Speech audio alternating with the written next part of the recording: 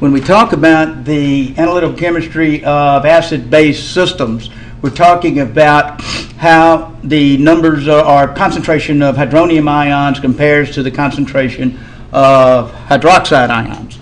If we have a hydroxide or hydronium ion concentration greater than the hydroxide ion concentration for whatever reason that you're having to deal with, we consider the system to be acidic. If, on the other hand, we have the hydronium ion concentration equal to the hydroxide concentration, we consider the system to be neutral. And if we have the hydroxide ion concentration greater than the hydronium ion concentration, of course, this is alkaline or basic in nature. As we go through the analytical analysis sections in this, our objective is going to be to define the acidity, basicity, or neutrality, or what is involved in going from one to the other in the concepts. The concept begins with the autoionization of water.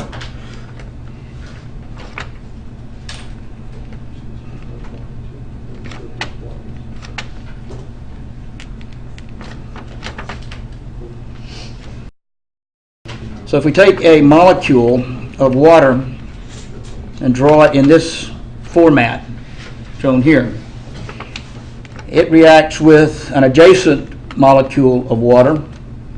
Well, we can put some bonds in there if you want to, like that. One of the hydrogens will be transferred from one to the other, and an equilibrium will be established with H3O plus and an hydroxide. At 25 degrees Celsius, 1 atmosphere, the standard thermodynamic conditions, the molar concentrations of hydronium ion is 10 to the minus 7 mole per liter and 10 to the minus 7 mole per liter, and that's for pure water when there's no other contaminants in there. So, right here. What is done now is, well, we want to write the equilibrium constant for this ionization. So the equilibrium, I'm going to go KEQ, products over reactants, is the hydronium ion times the hydroxide ion divided by, you got two waters here now, HOH squared, like that. Like that. The denominator of that ratio on the right, H2O squared, look at the size of these, 10 to the minus 7. So when you compare these 10 to the minus 7 to what's left behind, if you had an 8-ounce glass of water, for example, you might have one molecule in the whole glass of water ionized. So what you look at here is this is so large compared to the numerator. It is assumed to be constant. It's unchanged, and that's acceptable.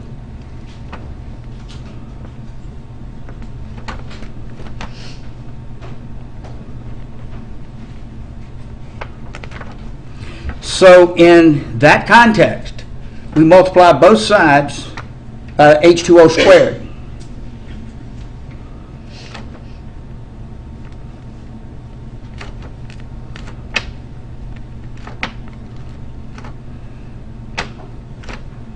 And this gives a KEQ, equilibrium times HOH squared, is equal to H3O plus times OH minus like this. This portion of this expression is redefined as a Kw for water, ionization constant product for water, and they call it a Kw.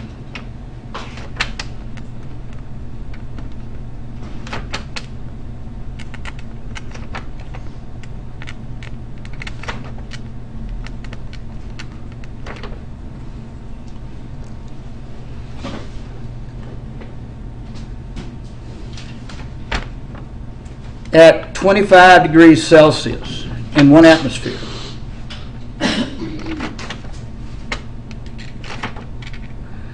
We saw that the hydronium ion was 10 to the minus 7 and the hydroxide ion is 10 to the minus 7. So for pure water, we can calculate the Kw value by substituting the 10 to the minus 7 right here squared. So Kw is equal to, and shortening this up, you can write H plus and OH like that and just understand that's the hydronium ion.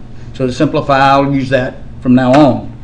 H plus times OH minus is equal to 10 to the minus 7 molar times 10 to the minus 7 molar is 10 to the minus 14 molar squared. Well, the units on here are irrelevant. Now, the significance of this is that this is probably the most important starting point in analytical chemistry of aqueous solutions, right here. The Kw expression for water.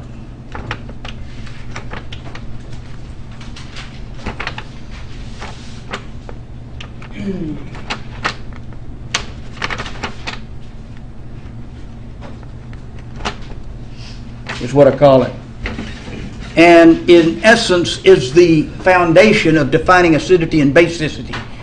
You calculate how much hydroxide and compare it to whatever hydrogen you have or vice versa. Because Kw is going to be the same every problem. Kw equals hydronium ion concentration times the hydroxide concentration. And Kw is equal to 1 times 10 to the minus 14. Drop the units, you don't care.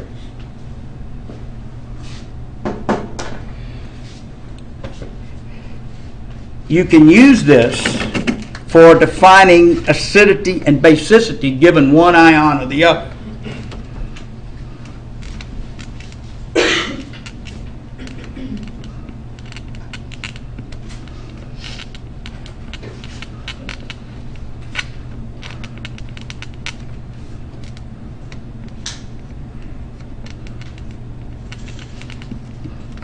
Let's say we're given 0.25 molar hydrochloric acid solution that has a concentration of 0.25 molar in the acid in water.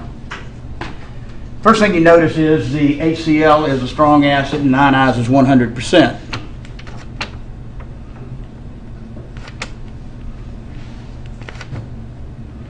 Now, if it was not a member of the strong 6, we'd have to throw in a little intermediate step in how everything works here.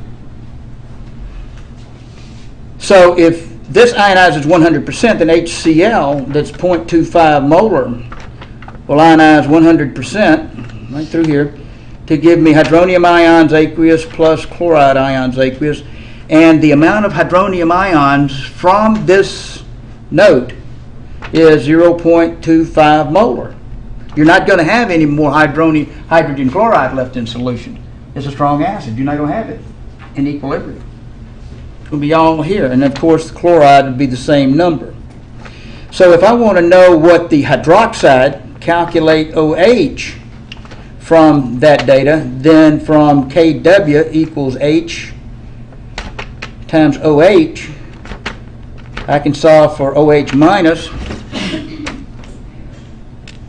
equals Kw over the hydronium ion concentration and put it into that formula.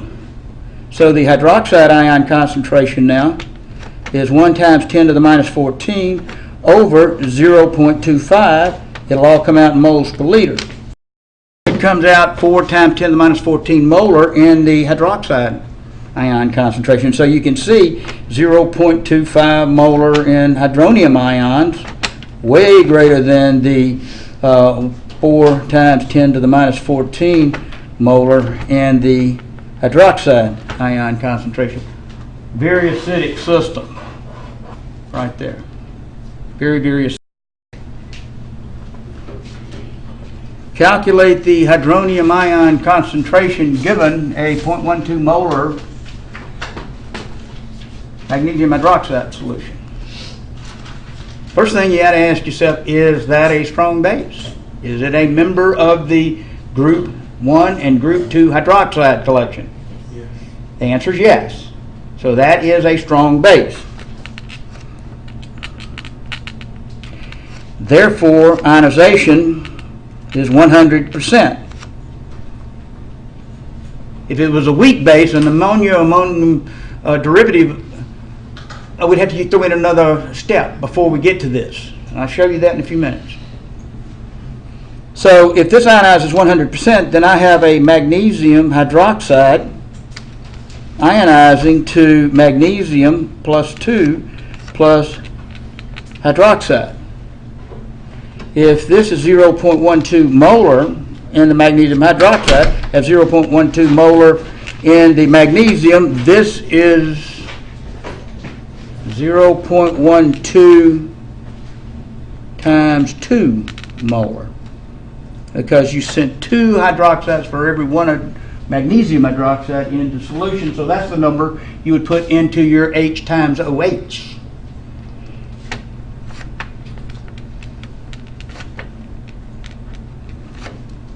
Because it's an MgO2. So from Kw equals the hydronium ion concentration times the hydroxide ion concentration, you want to solve for the hydronium ion concentration this time, sorry.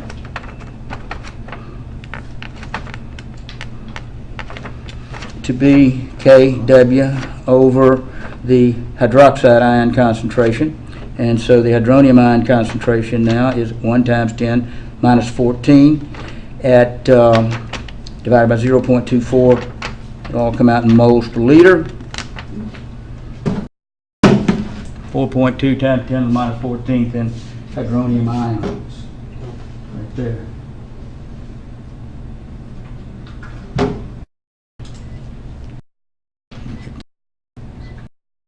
Expression would be products over reactants. And as I told you a minute ago, this is considered to be constant because these are so small relative to this denominator right here. These are 10 to the minus 7, 10 to the minus 7. This is infinity.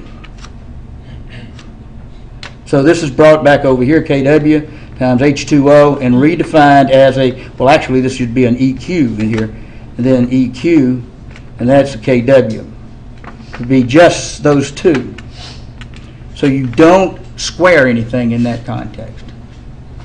Okay.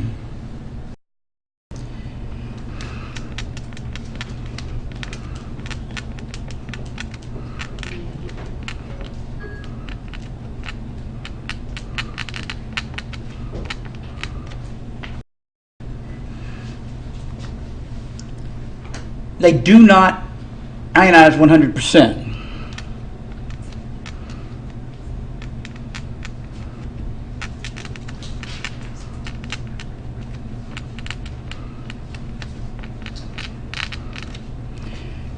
Therefore, you're not only going to have ions in solution, you're going to have molecules.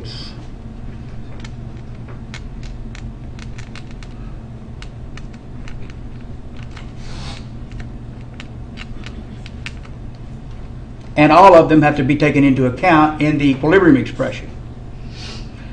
In acids, strong acids, strong bases, you just have hydronium ions and hydroxide ions to worry about. But in weak acids and weak bases, you not only have to worry about the ions of hydronium ion and hydroxide ions, but you have to worry about the molecule that has an ionized. Acetic acid, I'm going to write it like that. Is that okay? Same thing as HC2H3O2. It'll be easier to think. It's going to ionize at the acidic hydrogen. It's going to be an equilibrium that looks like this. Oh, that's aqueous. If we put that into solution and wish to define how much product is delivered, the extent of reaction, we're going to define that as a Ka value, which is referred to as the acid ionization constant. It's essentially derived very much like the Kw expression. The acid works, I'll show you, acid HOAC reacts with water by proton transfer, sets up an H3O plus and a acetate ion there. And if I write a KEQ like that, I'd have H3O plus times OAC. Those are all molar squiggles. Divided by HOAC and HOH. In this right here, that is considered so large, it's constant. But the acid concentration is not considered that same context. That is, this is super large, that's not. So I'm going to move this HOH over here to the KEQ side to equal, and I'm going to shorten it up, over HOAC molecule. This is redefined as the Ka value. The Ka value contains the infinite level of water that's bound up in the system. Very small ionization here. This thing only ionizes about 1%, 2%, somewhere in there.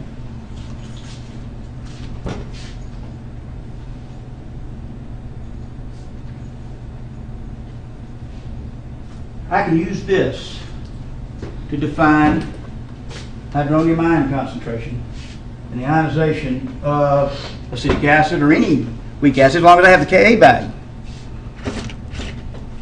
Say you're given a Ka of acetic acid here to be 1.8 times 10 to the minus 5. You know, units on it. I'm giving it to you. Hands up, free. Table, look it up. There it is. And if you have acetic acid like that, the initial concentration of OAC we'll say is 0.10 molar. Right here. It's in the starting gate. Horse hadn't left yet.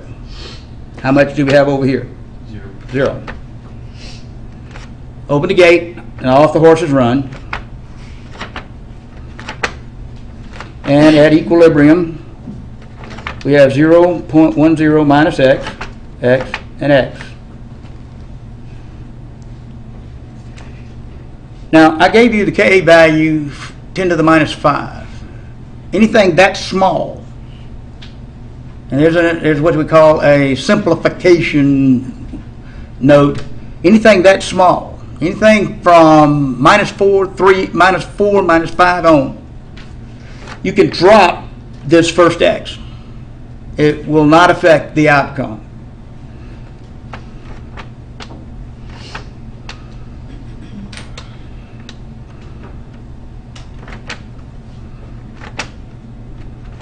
Now, if it's greater, then like you have some like the bisulfites, 10 to the minus 2s, you got to use the quadratic equation and solve the thing. I'll get to those down the road. Right now, this is 0.10 molar. Products are X and X. What do you see here in terms of amounts? They're equal at equilibrium. So when this ionizes, it's going to deliver equal amounts, whatever they are, of hydrogen and acetate into solution. Well, if I know that Ka is the hydrogen times acetate over HOAC, and the Ka is 1.8 times 10 to the minus 5, I've given you that, and both of these are equal, that is X and X, and then the acetic acid you're given to 0.10 molar, then that comes out X squared over 0.10. So I can solve for X, which is the hydrogen ion concentration. And that turns out to be the square root of 1.8 times 10 to the minus 5 times 0.1 molar, and 0.0012 I think it is.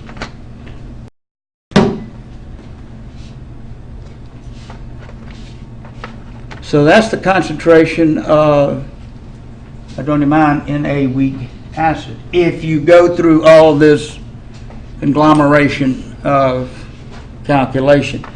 But this little jewel right here for weak acids and pure water is an equation that works in all weak acids to determine hydrogen ion concentration.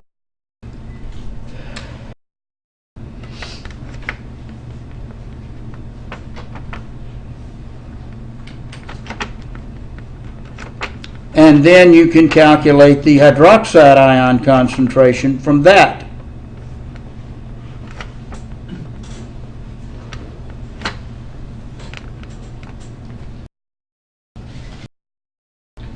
So the shorthand method of solving this and getting the hydronium ion concentration, I recognize that this is a weak acid and here's this, and I've given a concentration. Oh, no problem.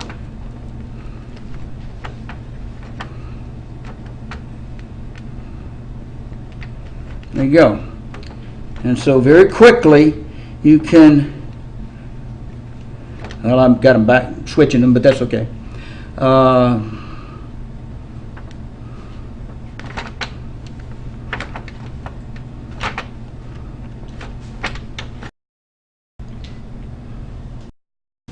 Okay, so now you use the KW expression and you solve for the OH, substitute your hydrogen in there, and you have OH equals to 1 times 10 to the minus 14 over 3.07 times 10 to the minus 3, and that's in moles per liter. Bring that up a little bit. 3.26 times 10 to the minus 12 molar in hydroxide ion.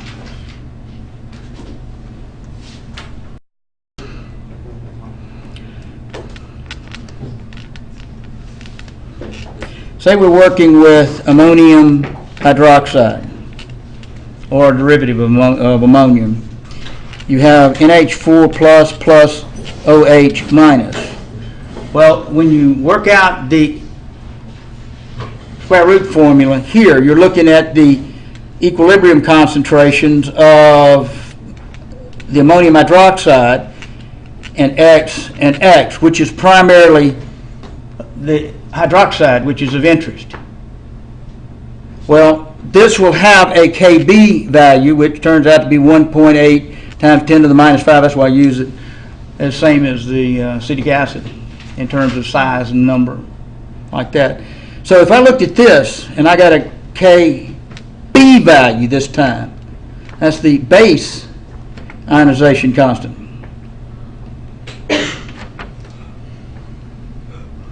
Right there. Products over reactants will give me NH4 plus OH minus over the NH4OH. And if I substitute the equilibrium row, that'll be X and X. Be X squared over NH4OH, which is the base concentration, solving for X, which is OH, minus, will give us a square root of Kb times the base concentration. So each one, as a weak electrolyte, has its own little formula for calculating that intermediate step before you go to the Kw expression. So summarizing this, for weak acids, hydronium ion concentration is the square root of Ka times the acid concentration if you recognize the weak acid. And for weak bases, you're looking at the hydroxide ion, which is the given Kb times the base concentration. So you don't have to go through all the table stuff to get there if you know this one. The objective of the problems you're going to be working is what's given the hydronium ion, what's the OH, or what's given the OH, what's the hydronium. That's your primary focus, and this will save you tons. So mentally you say, okay, I need the hydroxide. So here's your hydroxide. So you go into your brainstem and you pull this out. Right there. And 1.8 times 10 to the minus 5 times 0.085 there, molar. From here, I go directly to the Kw expression, and I can get the other ion as I think in my mind.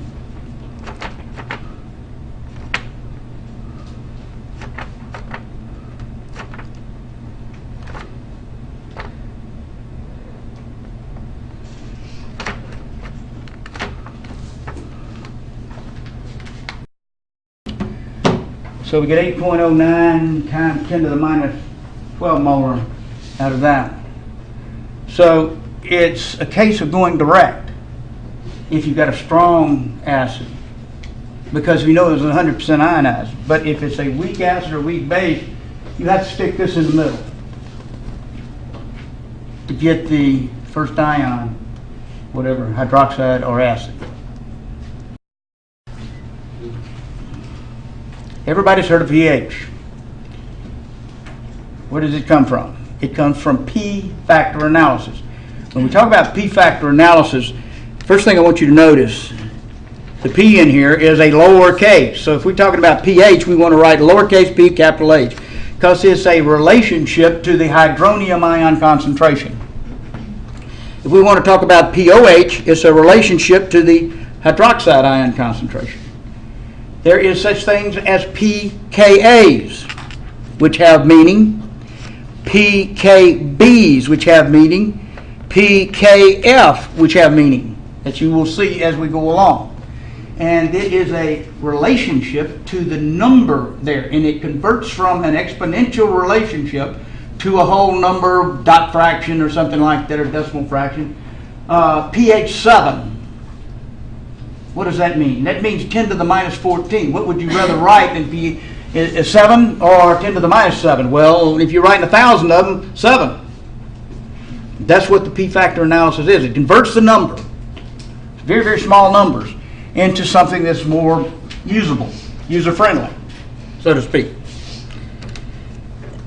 The p-factor, I'm just going to say X being the factor, is equal to a minus log of whatever that factor is.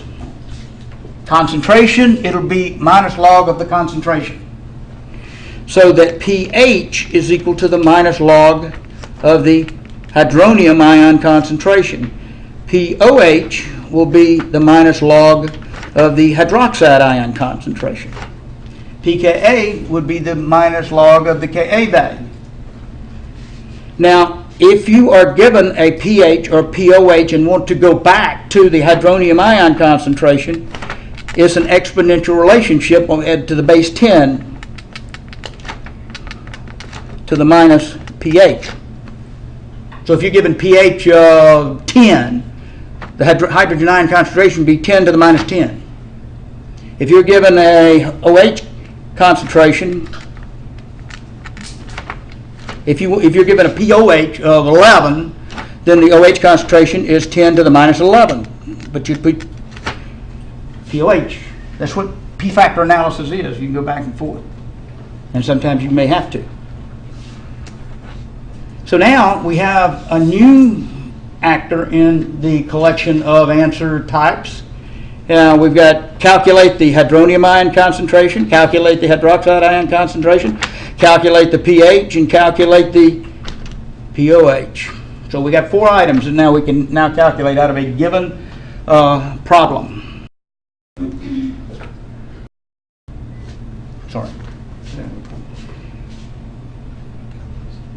hydrocyanic acid had a stronger bond here. Therefore, it does not deliver as much hydronium ion into the solution as easily as the same concentration, say, of acetic acid at the same temperature conditions. Right here. Acetic acid has a weaker bond, so it delivers a lot more. Now, another way to look at this is the anion here is referred to as a stronger conjugate base.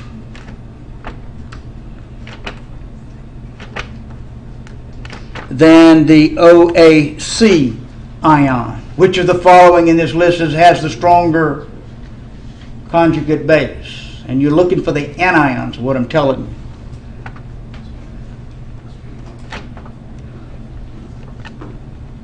Like that.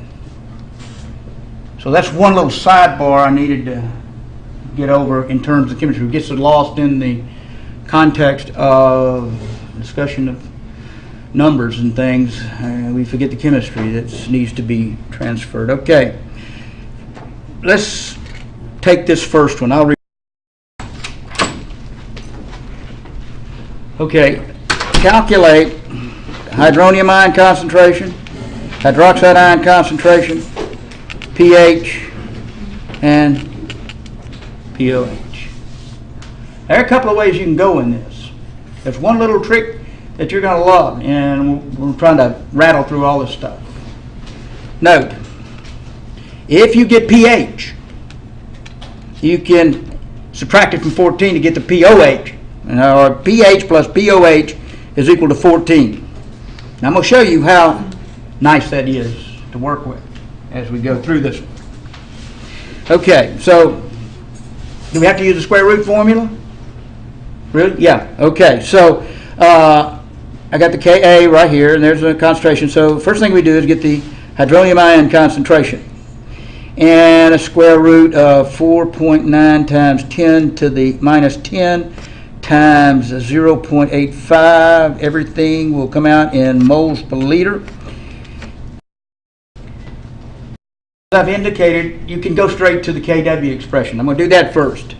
We know that Kw equals hydronium ion and hydroxide ion, so we can easily get the hydroxide to equal Kw over that hydronium, which is 1 times 10 to the minus 14 over 2.04 times 10 to the minus 5 molar. So we get 4.9 times 10 to the minus 10 here. Why don't we do this? Get the pH.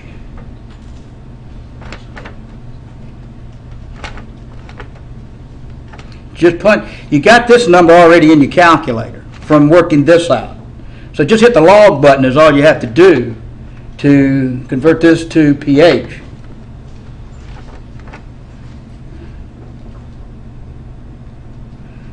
Okay, so watch how I do this in slow motion, if you would. Okay, here's the hydronium ion concentration, 4.9 times 10 to the minus 10 times 0.85 equals, and I take the square root of it. Well, we already got that number right here. You don't have to convert it right there. All I have to do is touch the log button. And it's minus a minus. So minus minus gives you a plus. So it's 4.7 or 4.69 would be. Well, if you have that, you can get the pH. Well, the pOH is equal to 14 minus the pH, because up here I gave you pH plus pOH equals that. So what I'll do is just add back 1/4, and I have the pOH, which is 14 minus 4.69, which gives me a 9.31 right there. Well, the OH now, working in a weird way, is 10 to the minus pOH, which is 10 to the minus 9.31. So if I have a minus, I can change that to a minus right there, hitting that button right here, and then I get second 10 to the x, and there is 4.9 times 10 to the minus 10 molar in the hydroxide.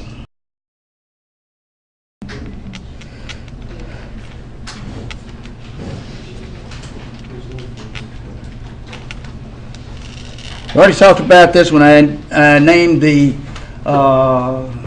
strong acids like H2SO4.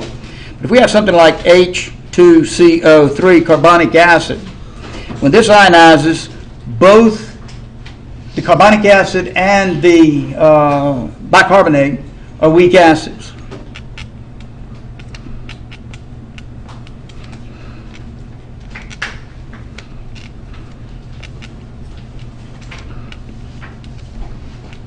Okay, each one will have its own Ka value.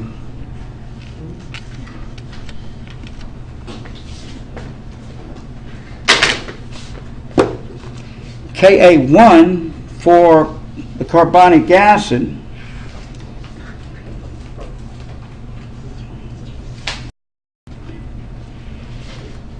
you got to calculate all of those.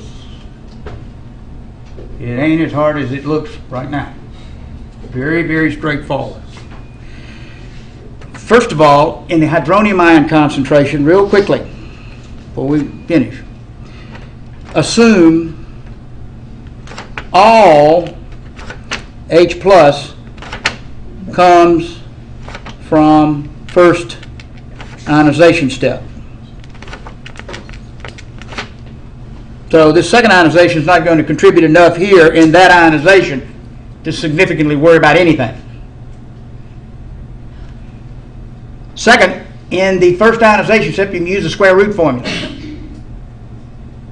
So if you have to calculate this, use the square root formula.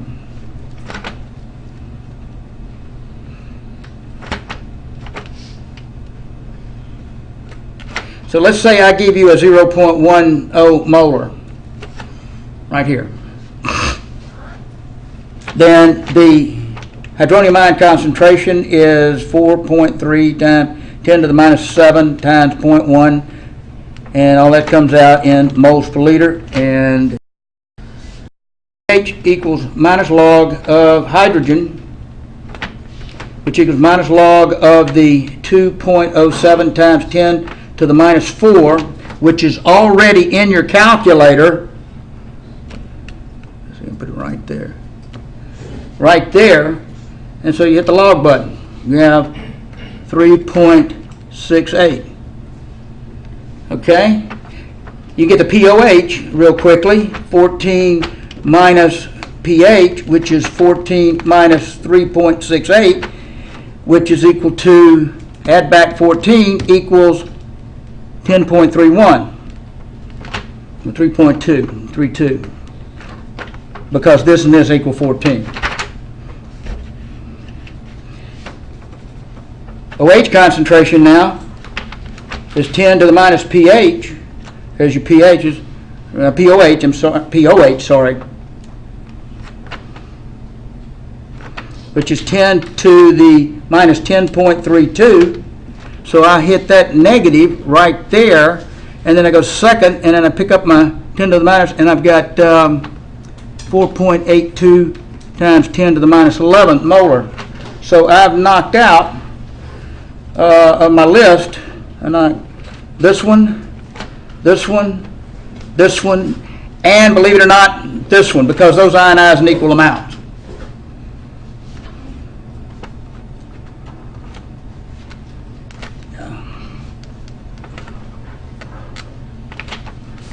Also. But what about this one? That is the least soluble ion out of this collection, CO3. Put a molar on that, and that's what the concentration is. The least concentration, the ion with the lowest concentration, is equal to the Ka2 value. So CO3 2 minus equals Ka2, which is equal to 4.8 times 10 to the minus 11 molar in a diprotic ionization. Y'all have a good day.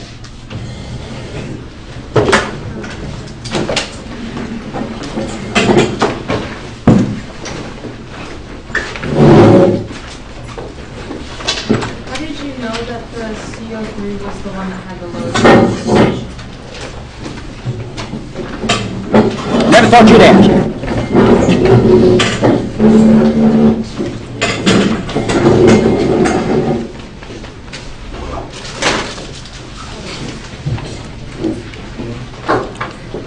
See, I'm going to stop this.